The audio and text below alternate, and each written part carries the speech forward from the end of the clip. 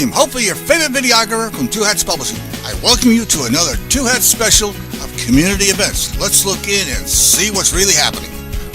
Apologize. Well, welcome everyone. And is Siobhan coming back up, or oh, there you, I didn't see you. All right. I want to welcome everyone. As you know, there will be a City of Dallas bond election, and I know because homelessness is got a specific mention in the bond program, that we definitely wanted to make sure that the audience of homeless service providers and people who are interested, it's not going to just be about the one proposition. We want to make sure that you're going to take the time to participate in this election process. We know that a lot of homeless individuals have a voter ID card because it's one of those critical elements to get an ID. And so what a great opportunity to actually exercise that right to vote since they did the work necessary. And so you might as well know about everything that's on that ballot. And that's the purpose of today, to go over the whole program. And then at the end, any questions you have related to any bond program. And then specifically my GOTV, get out the vote, go vote Proposition J. Anyway, so I want to go ahead and let, we have several representatives from the City of Dallas. Richard Abernathy, Charlotte Sharp, and I have not, and I'm going to wait till you take a big bite of your muffin there before introducing you. Let you all introduce yourself and begin the program.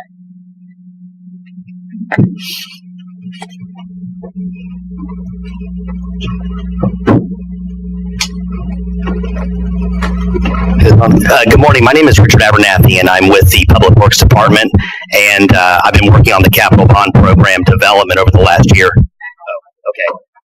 So what I'd like to do is just give everybody an overview of the entire bond program package, and I'm going to turn it over to Charlotte to talk a little bit more about Proposition J. So just looking at the timeline you see here, back in October, we really started the public engagement component. Even before then, it's not on this slide, but we really started last May of 2016, starting to get together our needs list, making sure we got scoring criteria, and started briefing council on that. We moved through the spring, and we had a citizens bond task force that was created to help kind of make a recommendation to council. And then council called the election in August, and the election is now obviously on November 7th. And once the election's over, we would start the process of doing RFQs, selecting design projects for streets, facilities, etc. And also, you start seeing projects like street resurfacing start. Just a quick overview of the public input results. So like I said earlier, we had 31 town hall meetings back in October of 2016. And we also had an online survey. There's about 1,000 responses to that. With that information, we took that information and we created a Citizens Bond Task Force. They met from April to May, and they assisted the city manager and city council to review projects per proposition and help select those and make a recommendation. They made their recommendation to council on June 7th. After deliberation and review, council finalized their package and called the election in August. So this is an overview of the propositions. There's 10 propositions. Each proposition stands alone on the ballot, so you don't vote. When you vote, you don't vote for the whole thing. You vote for each individual one. The total package is $1.05 billion. And you'll notice one thing I want to point out that's different from the last couple of years with bond programs. You'll notice the propositions are lettered. That's a recent change in state law. The past propositions were numbered, and so the legislator this year changed the law to where all state propositions are numbered and local government propositions are lettered. And you'll see that because there's also some state propositions on this ballot as well, so you'll be able to differentiate. And obviously, the bulk of the bond program is streets and then parks and recreation. And I'm going to go quickly kind of through the overview on this for each proposition. So the streets is $534 million. There's over 1,000 projects in this package. Mostly it's focusing on street reconstruction and resurfacing, sidewalk replacement, critical bridge repair, street improvements. And one thing that's really critical about this bond program in the streets is that traffic signals. There's $20 million to upgrade our aging traffic signal system. A lot of those traffic signals are 30 or 40 years old. They're old technology, and so this would be the first phase in upgrading that system. In addition, there's another $18 million in there to install new traffic signals where they're warranted. So there's about 63 traffic signals that located throughout the city that need to be installed. Parks and Recreation, about $262 million total. There's 163 projects in this proposition. Some of the key projects that stand out here is the Aquatics Master Plan Phase 1 and Phase 2. Basically, moving toward a model of having regional family aquatic centers that have spray grounds and other types of facilities, not just your traditional pools. The Southern Gateway Public Green Project down on the southern part of the city, right there on 35, kind of another deck park. In general, there's also a lot of rehabilitation. Some of our older recreation centers that are in need of HVAC replacements, roofs, etc. And then there's several trail projects in this bond program. There's the Cleveland-Riley Trail down south. You've got the Circuit Trail, which is with the loop. It basically finished the loop trail around the inner part of the city. And all said and done, we're going to add about 38 miles of trail improvements. Proposition C, Fair Park. Basically, it's $50 million, and it's addressing 12 of the historic facilities out there. And it's really straightforward. It's just rehabilitation of those buildings, roof repairs, HVAC replacements, water infiltration issues, electrical, plumbing, just trying to take care of those buildings. And then Proposition D is flood control and storm drainage. There's about 85 projects, and really it's focusing on erosion control, bank stabilization, storm drainage improvements. One that you see on the slide there is the Vinemont Channel improvements. It's over in near the Dixon Branch near White Rock Lake. That's an undersized line. It's when we have big rain events, the neighborhood actually floods. It affects about 16 to 30 homes. So this would basically be replacing that drainage channel with a more upgraded system that'll help make that water flow better and eliminate that repetitive flood loss situation. Proposition E is library facilities. There's 3 projects in this proposition. The replacement of the Forest Green Branch Library up in the northeast part of the city. It's a pretty ancient facility. I think it was built in 1970. So it's basically replacing that with a new modern branch. And then also a new library at the Victory Meadow in Midtown area. That's really located at Park Lane and Greenville Avenue in that area of town. And it'll also have other services as well there, other than just being a library. So it's kind of a library of the future. And then also here in this building we're in now, we really have to address some roofing problems and some major plumbing. You know, a few years ago we had a sewer line break in this building, and some of these pipes are really old. They need to be replaced and upgraded. Culture performing arts, really $14 million. There's 9 projects, mainly again taking care of rehabilitation and maintenance of our cultural facilities. And it's not just here in the Arts District, but throughout the city. You got the Bathhouse Cultural Center, South Dallas Cultural Center, I believe there's some erosion problems that we're having. We need to correct that. The Meyerson's a big one there. That's probably one of the biggest items. We have some water infiltration problems there.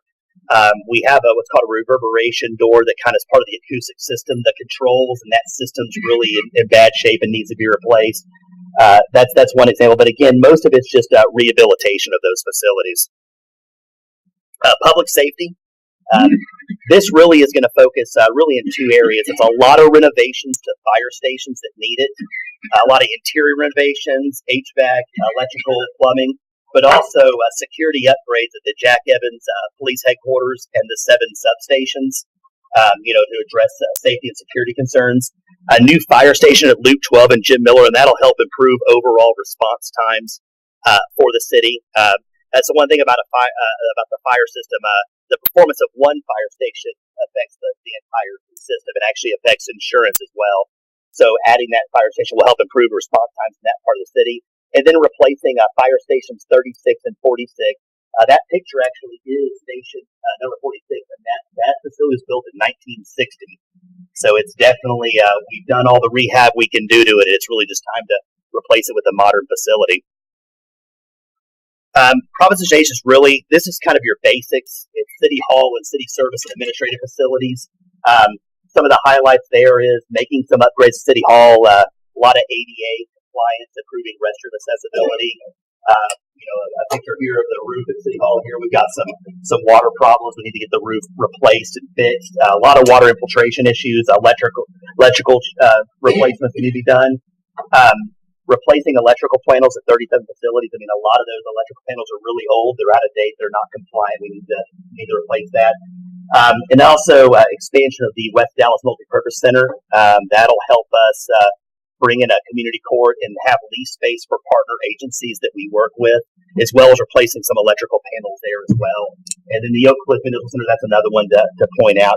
Phase one, that's a very old building too. It's a lot of accessibility issues, getting the restrooms up to date, doing some interior innovations. And then one that's not on there too is some storage facilities too for some of our equipment.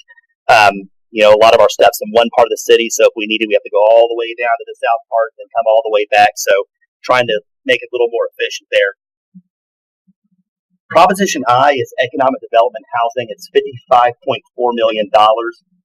And really we've had this in previous bond programs as well, but really it's going to focus on providing funding to facilitate transit-oriented developments. That would be developments that are within a quarter mile of a DART rail station or directly tied to a bus stop. Revitalization of commercial corridors. There's a lot of commercial corridors that have become underutilized due to dynamic changes in the market. So this would be help facilitate redevelopment of that. Mixed income housing, again, funding to help facilitate that type of housing throughout the city, as well as neighborhood revitalization and mixed use development type projects. And then we'll get into detail on Proposition J here in a second. I'll turn it over to Charlotte, but really it's $20 million for permanent supportive, rapid rehousing, and transitional housing. And it really, the funding will be allocated through a competitive bid process, but it focus on that, like I said, that permanent supportive housing, targeting chronic homeless, rapid rehousing for elderly and disabled, families with children, young adults, and then day centers for seamless wraparound services. So just real quickly, next steps. Like I said, the City Council called the election on August 9th. The election's on November 7th. I think early voting's October 23rd through November 3rd. And if you want to get a detailed list of every project, each district, etc., you can go to dallasbond.com. There's also a GIS map. You can actually look at those projects on a map as well. Again, or you can get the full itemized list as well. And there's also an information guide that's downloadable on there as well. So I'll turn over to Charlotte at this point. Thank you.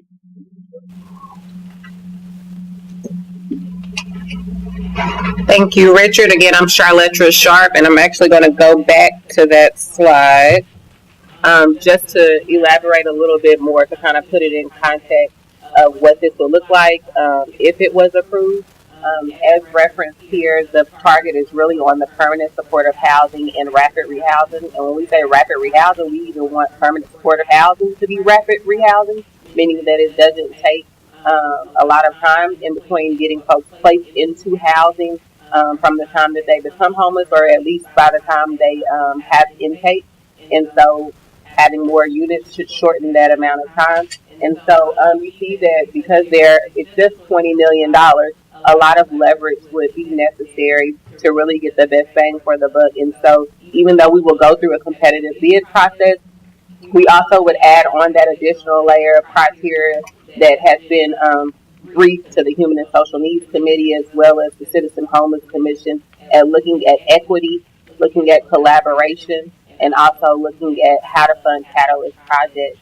And so when we talk about collaboration, again, that's going to be significant because with $20 million that can only be used for the brick and mortar, then there would have to be public-private partnerships to be able to have the necessary leverage for the operations, rental subsidies, and of that nature. And so any providers it would be issued through a request for proposal. Any providers, we would really be looking at where are they proposing for the services to be provided. We're looking at not having a concentration of services, also making sure that wherever the proposed sites are, that they would be in close proximity to the necessary services that individuals in the housing would need. And so day centers is listed here, but it would be kind of as appropriate, right? And so making sure that there are services in close proximity to where housing is, to minimize the, just not having the necessary services that may be in the downtown area or other areas. There would be a goal to deconcentrate. And so that's just a an elaboration on what this proposition is, and wanted to just make sure you had kind of an understanding. And I think now we can entertain questions. We also added a slide just because National Hunger and Homeless Awareness Week is coming up next month, November 11th through the 19th. And so the Office of Homeless Solutions is actually going to challenge organizations and city departments to help raise welcome baskets that will be to give to homeless service providers that welcome folks that are being placed into housing. And so we challenge you as well. The baskets that are typically put together have a value of about $100 with a number of items that are included. And so Mariah Cross with our office is actually leading that initiative. And so if you have any questions, and you can definitely contact her. And I think if you have the PowerPoint, you have her email and phone number. So questions, Mr. Ceccarelli. I'm well, sir.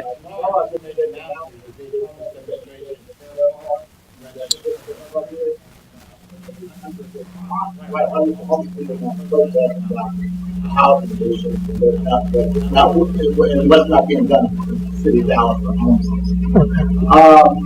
Two more questions. You mentioned transitional housing in the title, but did you bring it up as far as part of the competitive bid? You mentioned rapid rehousing, permanent supportive housing, and then the sheet says day centers for seamless wraparound service. And what happens to transitional housing I see on top of it? Transitional housing.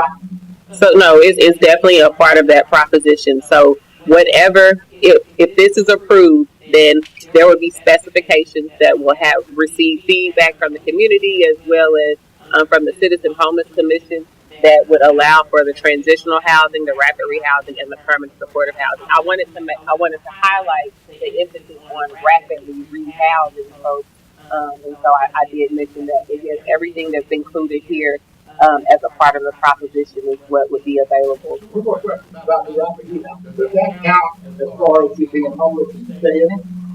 As far as being count, as far as being homeless, so towards the year, the problem get homeless people have to wait to get housing. And the next question for transitional housing, I'm just trying to say is, what you keep on forgetting is the same thing, is that you could get people between shelter and a permanent supportive housing a year gap about being homeless. You keep on forgetting what it's like to be homeless, and it's always forgotten everywhere. And so those are my two questions as far as how you going to help the homeless while they wait for a year to get permanent supportive housing, especially in this weather we've had this past summer. And what is there any money for that? So because that needs to be emphasized. The permanent supportive housing that you have to wait for. I wait 14 months. But what you do for the homeless conditions, right, so they can wait for it instead of dropping out and being frustrated. You forget that. Everyone forgets that. I want to make that emphasized. I will continue to do that. So what's going to be done so they can get housing before permanent supportive housing? Do you have anything? So transitional housing is listed here as an option that is a part of this proposition. Does that count as far as being homeless, as far as health requirements? So for the HUD definition, and of course, once you're placed into housing, your days you don't continue to be counted as homeless. Although it does allow you still keep your homeless eligibility. So for permanent supportive housing, you still would be able to qualify because your original status was that you were homeless. What did you do for the homeless while out there in the street for a year? Besides the Salvation Army, besides being kicked out, besides living on the street, any way we can housing. Well, yeah. So see, the county program has the disability program where you can wait for Salvation Army, don't get kicked out, and that counts as homelessness. That's how I survived. If I didn't have that, I would never make it one day on the streets. So, are we able to talk about other types of housing that would count as far as homelessness, instead of living on the streets, instead of living in weather day and day, just my body. So nobody wants to talk about the emphasis on that. It kills people. You should see what it's like. If no one talks about it, it's like nonchalant. What goes on around here is like at the big Howard Park. I'm really appalled by it. That's what the demonstration is about tomorrow. I want to emphasize that wholeheartedly. Okay? You need to get that to everybody's brain, what's going on tomorrow, on Saturday, in Trail Park. Thank you so much, Robert. Do you have any more questions? No, I was saying, what can be done so the homeless don't have to stay on the street waiting for somebody to homeless? Anything else can be done except live on the streets? That's my question. No, we definitely want to have more options. So whether that's emergency shelters, whether that is transitional housing, we'll definitely continue to look at those options. So that continue looking as far as what down the road 10 years from now. No, right now. What I'm trying to say to you is, this is emergency, right? Yes, nobody knows how empty it is, and we got people. Someone saying that people living on the streets would rather die on the streets than live in shelters. Someone just said that. Okay, I want to emphasize it. I'm not mentioning names, but it was written. All right. Okay, she knows who it is. And my first thing to you is, why don't you get that to everybody's head? The homeless don't like the shelters. Okay, and they'd rather die on the streets, and that's what I'm talking about. Thank you very much. Everybody listen to that. Okay? Thank you. Thank you. Yes, ma'am. I think you. I was wondering. I was trying to get down into some details because one slide is not enough for me in the work that I do in some framework. But I'm on the website and I don't see anything except something super high level. And I mean, I could just pillage you with detailed questions right now. But to start, could you tell me where on the website you're talking about and what the details, and also like what locations you're looking at right now? And one other follow-up. I think Cindy's about to pull it up on the website. If you go to the main page of City of Dallas, I believe there is a link on that main page for the bond program. I thought that too. No, you didn't see it? Right here. Dallas bonds. So actually, where you want to go, there's an information guide right here. Okay, is that what I want? That's a summary of the. If you go to the information guide, this is just a summary and overall of the bond program. The bond program for, those last two, right, I and J, are to be determined, right? They're doing the set aside of money, and then those two BDs are going to be requests for proposals as a community. What do you want me to do? We know what it can be used for, because we're going to competitively bid it. Then the amount of units and all of that is going to be based on the amount of leverage a respondent would be proposing, right? So the more leverage they may have through their public and other private funding would determine in their proposal what they're presenting as far as, okay, we can do X number of units, this type of units. And so even as it relates to site selection, the specifications will be clear on what we are looking for as far as site selections, and kind of having some guidelines. And we're actually working with the city council to be able to determine some guidelines locally. And so it would be very clear on these are the type of sites that we prefer or think that are acceptable. And then that respondent again would propose based on these guidelines. This is what our proposal is. And the city's also looking at our own inventory, where we have city facilities or city-owned lots, vacant lots. Of course, if there is rehab, that probably would be the best bang for the buck versus new construction. And so all of that, again, would be described in detail for the specifications for respondents. And again, that's going to be feedback that's going to really come through the Citizens Homeless Commission, through the Human and Social Needs Committee, so that what we put in the specifications is a reflection of what the community thinks is acceptable here in Dallas. Okay, so that may speak to kind of the other thing that I was wondering about, which is we mentioned that the $20 million is specifically for the brick and mortar. That's not programming like at all. Correct. And that it sounds like, tell me if I heard you right, sounds like the idea is for that to just also be a container, maybe at ground level or whatever, for the partner organizations, whoever kind of wants to set up shop and you feel like can align well and dovetail well as kind of a full container of a full wraparound. Am I hearing that right? Correct. Okay. Correct. Gotcha. Thank you. Thank you. Technically, I was homeless for about a year. Prior to that, I lived in my own place. When I got home from college in '87, that was my parents' gift to me. I didn't have a kid. That's what I wanted. And I lived in my own apartment up until 2006. And then I had chicken as a grown person. So it really, prior to that, I was retail manager, I ran two firms, very, very often. So I never had a problem with what I'm having now. All the companies that I've gone to are saying, you must have 3 times the rent. And I said to them, I'm not going to have 3 times the rent. I said, take my room. They went, they said, yeah, it's great. But you've got to have 3 times the rent. Is there no way around that? Or the challenge right now is landlords have that right for their tenant selection criteria, and so that's what we're also hoping the benefit of being able to put out a bid and having units is we would be able to determine what the tenant selection criteria is, and looking at making sure there's not a source of income discrimination, as well as some of those other barriers that may not necessarily mean that you won't be a good tenant. I mean, I feel really bad about it, but I actually lived in some of the better apartment. Now, the apartment they got me on the streets the other day, gentrification came to us.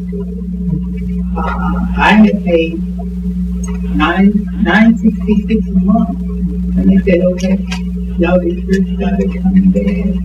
It's property, and it is, but come back to 1806. I didn't want to. Right. So it kind of threw me on the street, and now I'm saying I don't like it, but I say in an extended space, and that's actually still every month. When I first moved in, I had a car.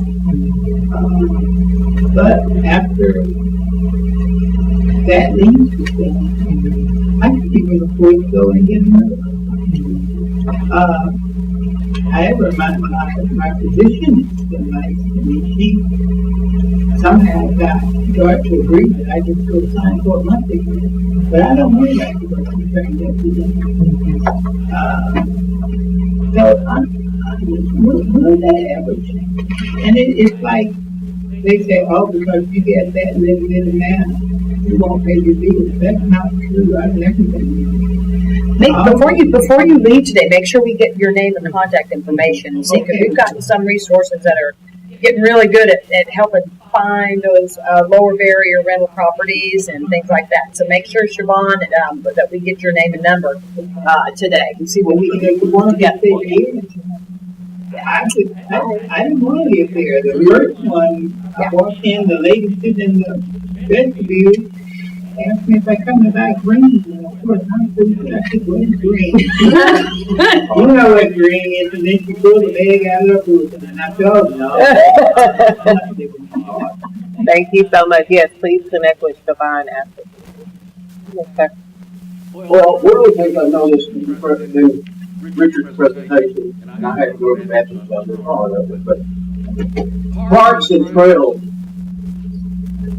is you put homelessness on the bottom of the list, and we can build these beautiful parks and these, what was it, 38 miles of walking trails, but we can't help the homeless. I got a problem with that. I mean, why is that? And my other question was, I'd like to have some specifics on what transitional housing is.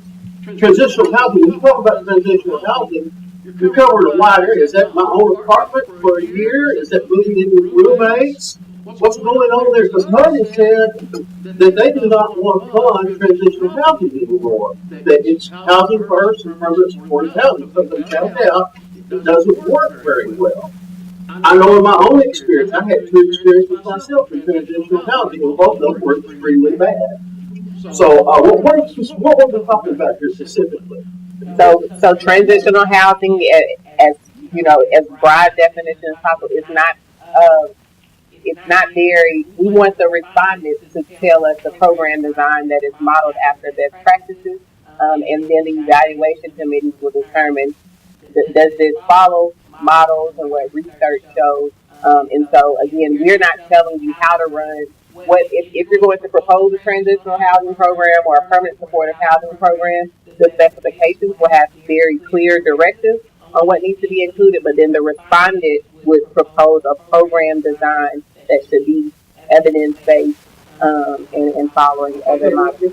If the bond passes, then we're going to do some type of task force that will make sure that the money that is allocated is going to be properly used. We know that government corruption is a bad thing. You know, people fund projects.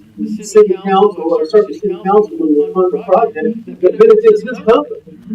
Okay, so how can we make sure? Is that going to be? This is part of the reason we have a citizen homeless commission now, and so that they can be able to increase accountability, so that we have a place for transparency. So briefings will have to continue and regularly be presented to that commission. I don't know if there's going to be an additional subcommittee or task force, but as far as what we know exists right now, that group will be a filter, as well as the Human and Social Needs Committee, to be able to make sure that we are using the funds as the community intended when they voted for the proposition if it was approved. Robert, we're going to put these questions back here before we come back to you. I have trouble understanding why the streets proposition, there's exact streets, exact programs, and this is what I'm doing. But with Proposition J, it's too defined. These are some suggestions, and then you say that there's going to be some guidelines from the city about what the area to be. Why don't we have the information? I mean, basically you're asking the voters to write a check. And so I think if you're going to have guidelines, if you're going to have requirements for the competitive bidding, why don't you already have that to provide to the voters and to provide it when people really vote for something if they know that it's going to be. If you're going to have permanent supportive housing, why are you letting the developers lead the way? Why don't you tell the developers we want a building with this many apartments, we want it in this location, here. I mean, I don't understand. No, I totally agree with you, and that's what the request for proposal does. It's very specific on this is what we plan to purchase, right, and a lot of it is just about the timing of when this is going out, the timing of the Citizen Homeless Commission that has been developed, as well as the Dallas Area Partnership, and so and the new Human and Social Needs Committee is that timing of staff have to have their feedback on what all of that is before finalizing and coming to the community and saying this is what we're going to do. But if we use an example for like Houston, when they did their RFP, it specifically said, we want to have 2,500 units. These are the available funds. This is the criteria, and that's what our specifications would look like. But we know that we need more feedback from the community about site selection and the type of services and how close we recommend they should be, if they should be, if we need to use vacant buildings, all of what you've mentioned. We understand that would definitely be more valuable to citizens right now to have that information, but it will definitely be in our specifications.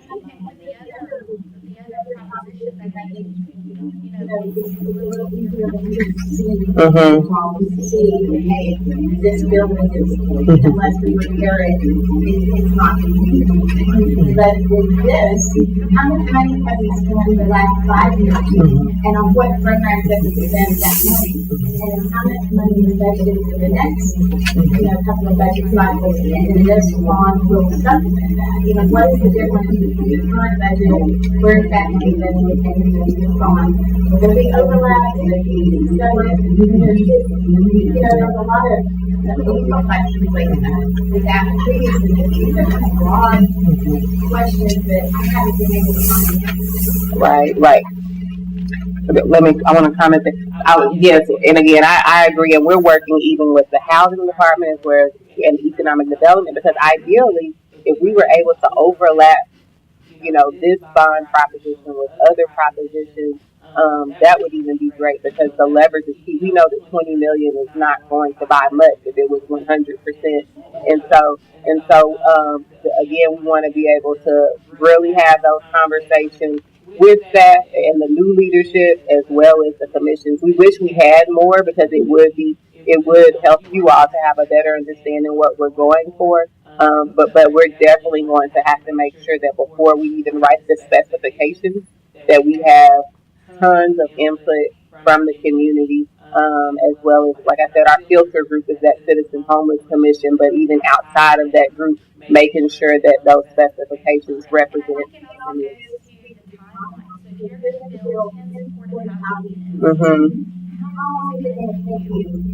Right.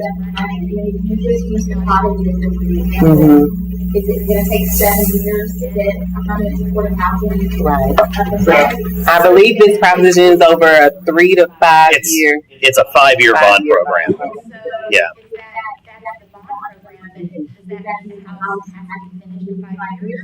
What are we looking at that? And then, to Robert's point, what are we going to provide people on the street in the interim? Why don't we have a shelter for people over 65? I know we have a shelter for women and children. Why don't we have a shelter for veterans? Maybe the condition of the shelter would be more appealing to people if they were with like-minded people.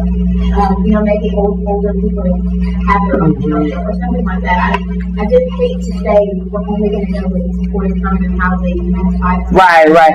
And that's why there's not just permanent supportive housing there, but also that transitional housing and rapid rehousing and mission in the day center. Our hope is that if we have more units that kind of opens up the bottleneck, right, of folks that are in the emergency shelters, then that also frees up the shelters while we're looking at the system of emergency shelters to say, how can we be more effective and efficient by looking at the different sub-populations and all that. But as long as we don't have enough housing to get folks out of the emergency shelters for them to be able to exit, then we still have that challenge of what do we do with the people that's right here, that's been here, that has the voucher or whatever, but has no housing to go to. So that will help, that when there's units, then again we can be able to reevaluate the system, and that's something we're already doing, evaluating the system and saying how can we do better for these sub-populations.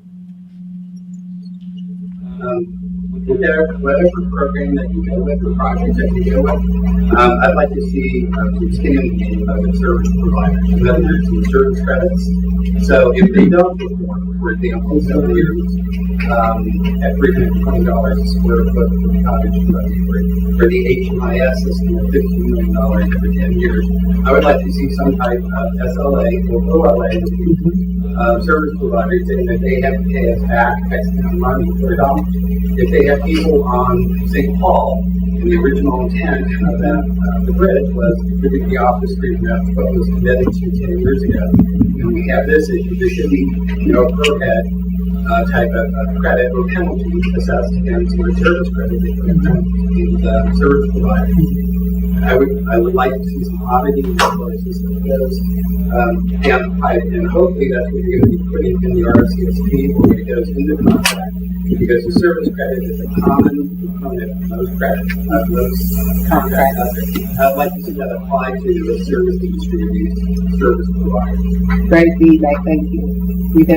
And that's something that we're even strengthening right now, even with the contractors for this fiscal year, is making sure that performance and compliance is contingent on renewed funding, and also is required for reimbursement. And so we appreciate that feedback. Was there another question from someone who hasn't had a question?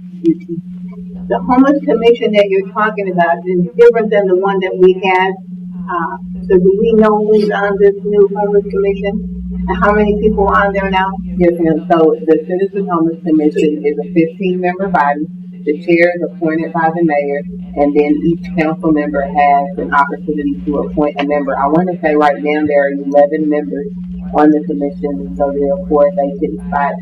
And So they're basically citizens. they're citizens. Okay. They were appointed by the mayor. Have they started meetings yet? Yes, and their next meeting is October 20th, so next Friday at 3 o'clock in City Hall in the 6th for a briefing room where council access. And then one more question on bond issues. All these up here.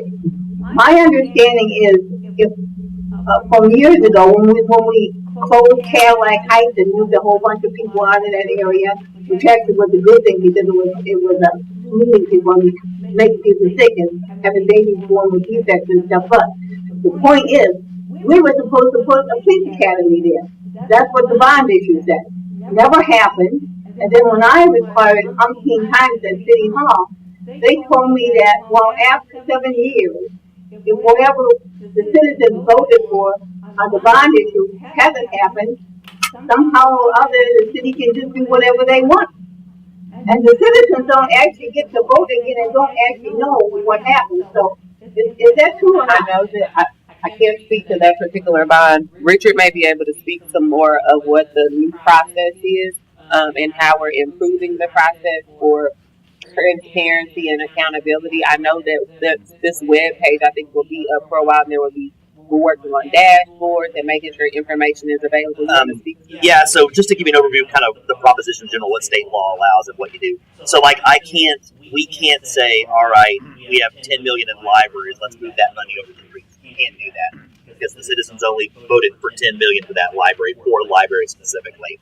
If something said, like, for example, that police academy, I'm aware of it. I think it was a proposition. I don't know the history on it, but I think that proposition was real specific to that. So you can't really move the money for something else.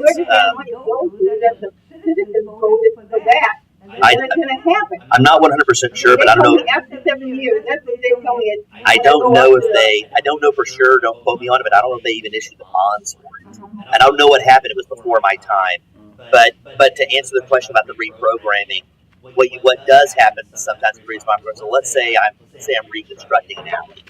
I get in there and I find out there's this, you can do all the research you can, you can get in there and just comes to the point we can't acquire the land properly, something happens. You can reprogram that for another alley. You can do that, but you can't change money between propositions. In streets, it does happen sometimes because sometimes when you get in there, you can do all your design, something may come up and you can't do the project for whatever reason, and so there's another alley that needs help, you can do that. But as far as the police academy, I don't know all the history on that. I know it was on the bond. I don't know if they issued the bonds in the end, but I'm not sure what happened with that one. Of course, it was before my time, but I can find out. Thank you. So, any other first-time questions?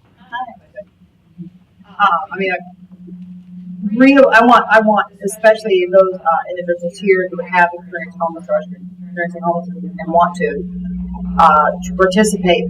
Realistically, when could this bond, assume it passes, we go through the specifications process of the RFP, the public input review, finalization of RFP, respondents, evaluations, then you've got a contract and the site, environmental reviews, yada, yada, yada. When could we reasonably expect a door open for a homeless services? Right. Reasonably. Yes, so typically, once this becomes available, if it's approved, the RFP process usually takes about 6 months because we have to go through purchasing department, we have the specifications, evaluation committee, and then there's usually about a year for development before you actually have a unit that's open. And that's hoping that all things go well. And so that would be end of 2019, beginning of 2020, before units would actually be on the ground. You mentioned that the RFP process would take up to 6 months. RFP process. But I had also written down somewhere that would be November to January. So We submit proposals. Yeah, November to January. Was that on your timeline? Yeah, and that's kind of in general. We're really kind of focused on there, and I probably should have clarified in the presentation. That's a note I'll do for future. That's more focusing on architectural and engineering services for street projects, facilities, parks type projects. That's really what that applied to, and that's a good note. I'm probably going to update that for the presentation, but that's really what we're saying there. You're going to start seeing that because those projects have to be designed. Yeah. Because when I mention the 6 months, that's saying at the point that we provide the documents to the purchasing department to review. And so it could be it would be more months than that when we talk about getting feedback from the community, and some of these guidelines, discussions we need to have that would even go into the specifications before the purchasing department reviews them. Mr. Castellano. Yeah, I got 2 questions. There's no speaker. The last one I had here speaker. Is this because what I did last one was position was we need to hear, wait a second, we need to hear the citizens' output, but you're shutting it down like communism or socialism, where you have 15 people elected by a city council member. Under my speech was in an editorial a week ago Sunday, where city council and the mayor would rather not to see homeless at all. They'd rather just disappear. In the point section, I read it word for word, and these same city council members are picking the people for the homelessness. Was it sabotage or what? I'm very concerned about that. I read word for word in the editorial, and now those speeches, okay?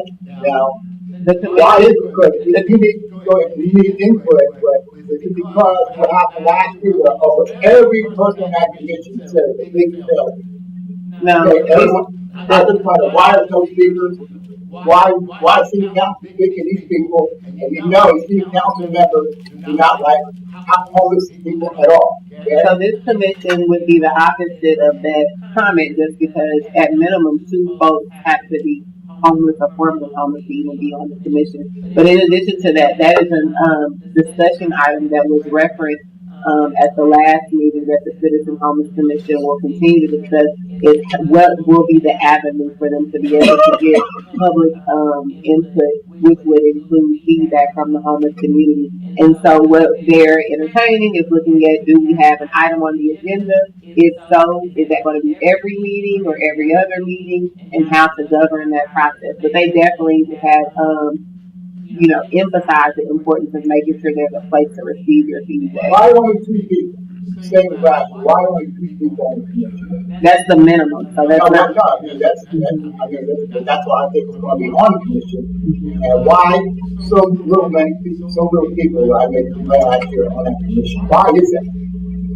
Tell me, please. I really want to know. You got citizens who are not homeless, and they make a decision by city council members you don't like homeless in the first place. Please tell me that, Fred. And I'm going to make a big thing continue about this. And I wish some people would speak up to the plate about this, right? They're trying to sabotage. No, but we do have some city council members on our side for homeless. You know that. But they haven't spoken up either. I mean, I know you're talking, but they haven't spoken up since last November. No one's spoken up since the beginning of last November. I told that to the mayor. I was disappointed in him. And I told the whole city council. They've been very quiet for months. Are there any other questions about the property fee?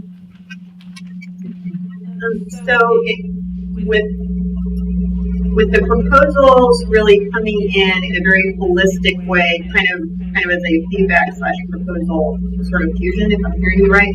I'm wondering, it's common when we get proposals that we have to kind of take the whole thing. And I'm wondering, is there a situation, since this is more of a hybrid, is there an opportunity here to take the ideation and the structure that one person gives you about maybe the brick and mortar or the number of units or whatever, but then to say, wow, they're crap on the program like this. Like, let's go way over here and really combine those and then, honor each proposal with whatever, is equitable. And that's maybe a harder conversation to have, right? But is there a way to do that? And is that something that that y'all are thinking about? Yeah, so again, with those specifications, because we will be very clear on what we're trying to purchase, what we want to purchase, and what our objectives are, then the evaluation committee will be looking at how strong is that respondent as it relates to what they're proposing to serve or provide, as well as are they the best fit. So when you talk about like program services, an evaluation committee would be able to say, yes, we will contract with them for this piece, but we don't want to contract with them for this other piece. So we would have, the evaluation committee would have that flexibility to be able to say, based on this proposal and financial history and compliance, performance, and all of those other evaluation factors, then we can carve out. We don't have to take a whole proposal as is. And that's what usually happens during the negotiation period before you get into a contract. Is to say, you know, you said this, and this meets the objectives. Tell us a little bit more. What does that mean? How comfortable are we in making sure that, again, we have a contract that is for the best and most advantageous award. So for the programming side of it, I mean, I could see, you know, an engineering firm is interested, or a group of developers is interested in this. The folks who put in a lot of time or go out and find people who actually know about community programming are not probably going to be the core group of the folks putting together that proposal. So I'm just wondering, are you anticipating any resistance or I don't know, any funny business of any sort with you asking for this hybrid? I just haven't seen it done before, which doesn't mean it's not a really valid thing to do. So, but I'm just really curious, kind of the ripples that you've anticipated. Again, we will, because we're emphasizing collaboration. That whether it's a developer or a nonprofit that traditionally does services, then it's going to be up to them to do that due diligence, to have necessary partnerships in place for their proposal, and to be able to provide documentation that supports the capacity and experience for whoever their partners are. And so, and typically, with the proposal or with the specifications, we will require some type of letter of support or MOUs that really shows that you can't just say ABC agency is going to do this service, and that agency really hasn't committed to that level of service, nor do they have the capacity to provide it. You have a question?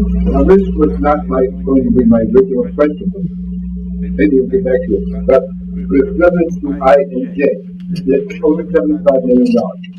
Are they talking about buying existing buildings, or it has to build something new? And either way, what location are you talking about? So I can't speak to I, but specifically on J, it can be rehab or the reconstruction. No, I mean, what part of the city is this? As it relates to part of the city, again, we're looking at equity, and so that's going to be part of the discussions that will continue to happen with the Human and Social Needs Committee and the Citizen Homeless Commission about how do we find the best sites that are appropriate in the city. And part of it's not just a matter of just buying any old condition from the money. We wouldn't necessarily be looking for getting utilities in there. Correct. So we have to look at safety. We have to look at homeless can have enough problems with this without going from what they do back then to higher. No, most definitely, and those are the factors that we will even be proposing. I mean, I just remember that this is great. There aren't specific locations that are being considered. Again, that's what I started. I'm not looking to answer this. Are they considering buying existing buildings, or is that to go from new or both? It could be both. Again, that ideally to get the best bang for the buck, it would probably be good to have a facility that exists that can be rehabbed. But again, depending on the leverage, right? Depending on the leverage that's available for that respondent, then that will determine. And then more questions. Another question I think is right to is there a timeline in there at the earliest that people would actually be able to move into these? So we kind of gave a rough estimate of that early, that it could be 2019 end of 2019, early 2020, that it probably would take between the bid process and actually development. And the people that need this, they're going to do what you need to. So that's what we're also looking at is how do we have more interim housing options, short-term housing options. The city actually put out an RFP recently for the emergency solution grant to increase the amount of rapid rehousing dollars. And so we're hoping that will help too. And organizations are working, emphasizing the need for master leasing and just being able to have more influence on the criteria to get folks into housing. Okay, with reference back to Jagan, which is what we're going to know, the most heavy situation that is people who have babies with small children. You can't have people out like that out in the street. Although when I was in Los Angeles many years ago, I was in one cases where there were families out in the street. And I would wish that on a child. I mean, grown people do what they want. You don't put a child out in the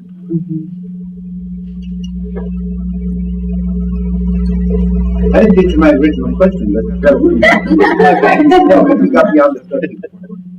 I'm going to take two questions if you haven't asked one yet. Okay, I have, my memory is probably bad and what have you. I remember there's at least 2 or 3 Trinity River projects being voted on in the past. I remember the money being diverted to a golf course and some other thing, a racetrack, I think. Let's stop this money, assuming it gets passed, stop this being diverted. Richard, again, you can't use the money for other purposes. So if you vote on money for streets, that money has to stay in street projects. Same with flood protection and storm drainage. If the citizens vote for Proposition D, it has to stay with flood projects related to that. You can't take the money and put it toward like a racetrack. You legally can't do that. The money has to stay in that project. You can reprogram it. You could, for example, say I'm going to build a storm drainage channel there, and then you find out there's issues that can't be done. You can move the money and do a different storm drain channel, but you can't take that money and move it into something completely different. The money has to stay within that proposition and that specific focus. So if the proposition is passed, then we don't receive the money and the projects don't happen. You know, for example, in streets, those streets that need to be reconstructed that we can't repair anymore, then we just wouldn't be able to do it. I think one of the great things that came out of the mayor's other homeless coalition was that they decided at the end, and Nikki can probably speak more about this than I can because he was on that committee, that they would look at what other cities were doing all over the country, and they actually had some great things that came from other cities. So is this new commission looking at that and working on that? Yes, they are looking at what the recommendations that came out of that commission, but also looking at how, what wasn't included as a part of that, and looking at alternative plans, but both end, right? So they're all information, all data is on the table. So they're not restricted to what came out of that report, but they're definitely looking at that report. Yeah, I think and looking at other. I just came back from spending almost a total of 4 months in Chicago because 2 members of my family died. But that's where I'm from. That's where I live. I worked on homeless issues up there for about 40 years. And it's so amazing what you see, not only Chicago, but New York and Seattle doing with homeless issues. And I think one of the main things is they're all basically 24 hours. Like the Day Resource Center used to be this article here, which you probably know about, right? In the LA News is talking about that. When we have shelters that I understand that they're faith-based, according to them, they're faith-based, they don't have a staff, they only have volunteers, so they can't stay open 24 hours, so they kick everybody out at 5:30 in the morning. It's one of our biggest problems. And we need to change that. We need to have 24-hour services for our homeless people if we don't have housing for them. Right. And so the 20 million proposition is one method, right? One of the many tools that are going to be needed to be able to prevent and intervene in homelessness. And so there are other funding sources. There's a continuum of care. There's the new Office of Homeless Solutions that are looking at these systems to be able to say, what are we kind of doing? What's not helping us? in the community that we need to kind of revamp and set some different standards so that we can consider the best practices from other communities that is working well. And just looking at the news over the weekend, because I'm a domestic violence counselor, about domestic violence, and that kind of shot up his whole family. If there's a woman getting beat after 4 o'clock on Friday, it's really hard to get her some help. I mean, I stayed out at one point last year. I stayed out 27 hours with a woman, calling all over Fort Worth, Dallas, everywhere, trying to get her in the shelter. I stayed with her 27 hours outside before I got her help. And you hear stuff like that all the time from other domestic violence people. There's all the shelters are full. There's no place for them to go. They don't have families and don't have somebody. They're out there. Sometimes they're out there with children and babies. I'm glad you mentioned that the Chief of Community Services as well as the new Chief of Police are having conversations already about what can we do better as it relates to domestic violence victims in partnership with the providers that are already here. So that's definitely something on our radar. Yes, sir. I may have missed this, but how is the city proposing $20 million budget? Initially, it was part of. So we went through what's called a Citizens Bond Task Force. They met from April to the end of May, and just looking at the needs for these different services. They went through a lot of processes of reviewing and approving, but the $20 million based on what money was available is what was approved we're recommended by the group and then by council as well. To kind of keep it in respect, I've heard some questions about, how the money came to be. The city has a total of $10.5 billion in actual needs. That's street projects, flood, etc. We're only doing about $1 billion here. So it was also just came down to trying to make it work, trying to address as much as we could in each proposition.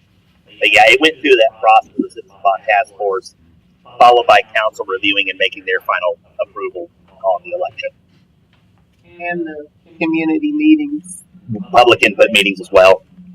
We had some town hall meetings too with the Citizens Bond Task Force as well. And initially, this was part of the economic development housing proposition was what was being recommended. But when we had, in order to call the election, the Attorney General's office, they had to review those propositions. When they came back, they're like, well, the specific focus of homeless assistance facilities, you need to make it a separate proposition. And so we had to comply with state law.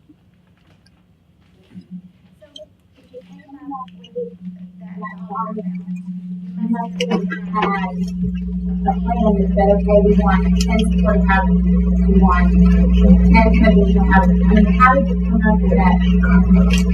Yeah, like I said, it was at the time it said it was all kind of wrapped into economic development, housing, and then homeless assistance facilities.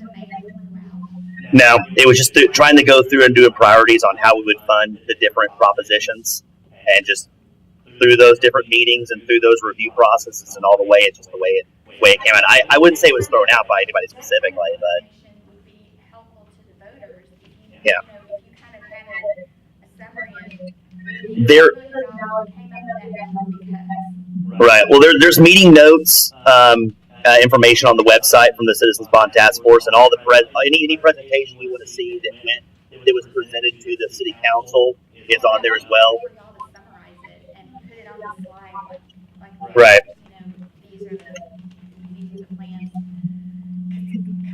I'm sure there were a lot of meetings. There were, and I see what you're saying on your point. A lot of these propositions are very site specific. I mean, like you brought a good point about streets. I mean, there's a list of alleys, there's a list of sidewalks. They're real site specific, and the majority of bond programs are that way. Your streets, your parks, your flood protection, your facilities, whether it's Fair Park or public safety. Economic development housing, it's a little bit different. It's a unique proposition. From your traditional streets type proposition, which has real specific project lists and real specific targeted projects.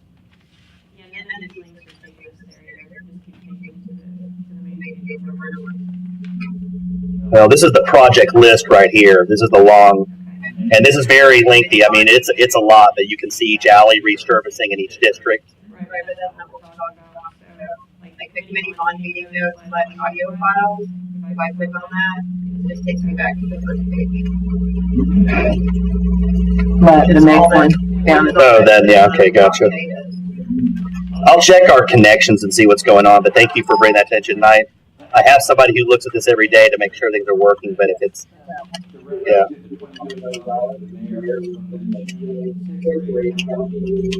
About an hour and 38 minutes into it. Yeah, there's some right there. About $2 million in the capital. That's why we were wondering where that came from. Right.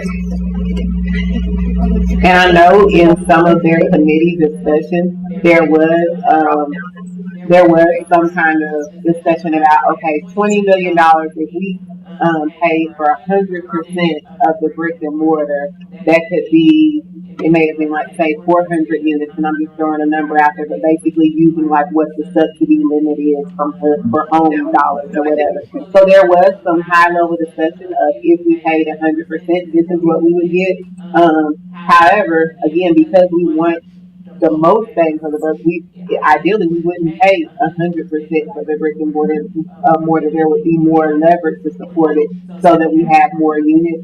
And because it's a combination, because the funding can be used for day centers as well, then it's not even apples to apples. So if we said 400 or 500 units, then we would also have to say it's up to X number of projects, because a day center would be a project versus a unit. And so, as Richard mentioned, the proposition is different compared to some of the other propositions.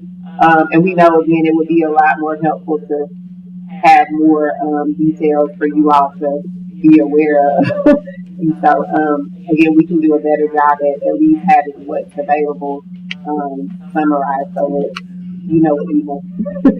Thank you guys for coming. I want to make sure we have a few minutes left in our, because we have to leave at noon for just other business that we want to. So I really appreciate that very much.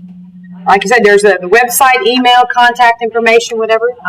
Absolutely. They're going to be very accessible. Thank you. Thank you. Okay, Siobhan, what else is on the, just for me to be very clear, the Metro Dallas Homeless Alliance is one of the organizations that is supporting it, the bond program. Obviously, our needs, obviously, the resources that we have are not sufficient to address the homeless issues that we have. So there is actually, and I'm going to go ahead and, because the city can't say go vote, or they also they provide information, and so I want to let me look real quick and show you that website. It's DallasBondCampaign.com. If you're just interested to see who supports it, usually there's a citizens committee. And there we go. So if you're just interested in just seeing, I think it's just really a placeholder, and it's not uncommon. Once upon a time, I worked for the city of Fort Worth in the budget office and worked two CIP campaigns, capital improvement programs, and so I'm familiar with that. Does anyone have any questions or in relationship to that? I'm trying to see. This is, there's the agency there. Metro Dallas. Our name hasn't shown up yet. I'm not sure who's doing it, but it's just if you want a different view, an election view, and kind of their window on that. So some of the other events that we've got going on, David, I've got a personal friend of mine coming, Dr. Barbara DiPietro from the National Healthcare for the Homeless National Council, and she's going to be spending a couple days here. She's going to be talking to some of the emergency shelters who have an interest in developing respite care from a very medical perspective. Healthcare for the Homeless began the respite care initiative around the United States. And she's also going to be going with me to talk to Parkland. They actually have a HCA Healthcare Homeless Grant, big vans that go around and do that work. That's an HCH program, and the National Healthcare for the Homeless is actually provides all the technical assistance and the support, actually funded through VRSA, the federal grant program. And she's also an amazing researcher in relationship to equity and in regards to poverty and poor. And what is Barbara titling her presentation? the hard conversation. Hard conversation, yeah. Right, the hard conversations in here. It's going to be, you know what? Let me pull out The flyer. I know. I didn't have one. That's why I was like winging it. Yeah. Exactly what it. Basically, what he's talking about is the fact that we do all these different things, and we're still not ending homelessness. And so, what do we need to look at? What do we need to look at in order to really get it right? We're talking very provocatively kind of about how, these stuff we don't want to talk about, we're going to go there, we can talk about all this stuff, so, yep. She's a really an amazing speaker, and I've heard many, many times, and she is such a heart and an advocate for innovation and for the homeless. What other things have we got going? We've got... That's a big thing. And that is next Wednesday or Thursday? It's Thursday of next week. Thursday, the 19th. Yeah, Thursday at 12. Upstairs, 7th floor. Upstairs, 7th floor. Excellent.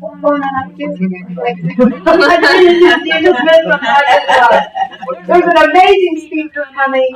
She is from Baltimore, Maryland, and Barbara DePietro. DePietro, Dr. Barbara. Do you think that are not doing the work? Sometimes, but this works really good for the hard conversations. Very much NVHA tries to do as much as it can to let individuals who are experiencing homelessness to be there and be a resort and transportation and daytime and safety, and not conflicting with meal sets and things like that. A lot of times it's hard. Some of them make sure they strategically plan their breakfast and evening meals to come to these events, and sometimes they lose their news. So the hard conversations we can use. We aren't really ending homelessness because we're focused on all the wrong things.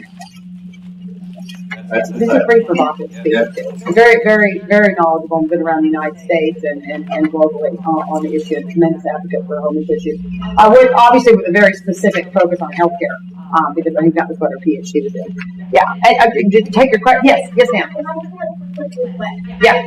I think that I'd like to see NVHA use their social media presence to help educate the public on available services, and also help educate homeless people about what they would in the coverage area for NVHA. There are meals provided in the street, or if you want to help someone, you can call or look at 211.org, things like that, informational. We are, like I just said, we are almost done. Yeah, absolutely. Well, we share, I mean, it's, we have a lot of resources.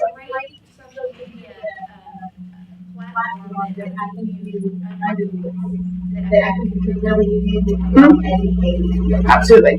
Yeah. Absolutely. And we're not there yet. We're getting really close.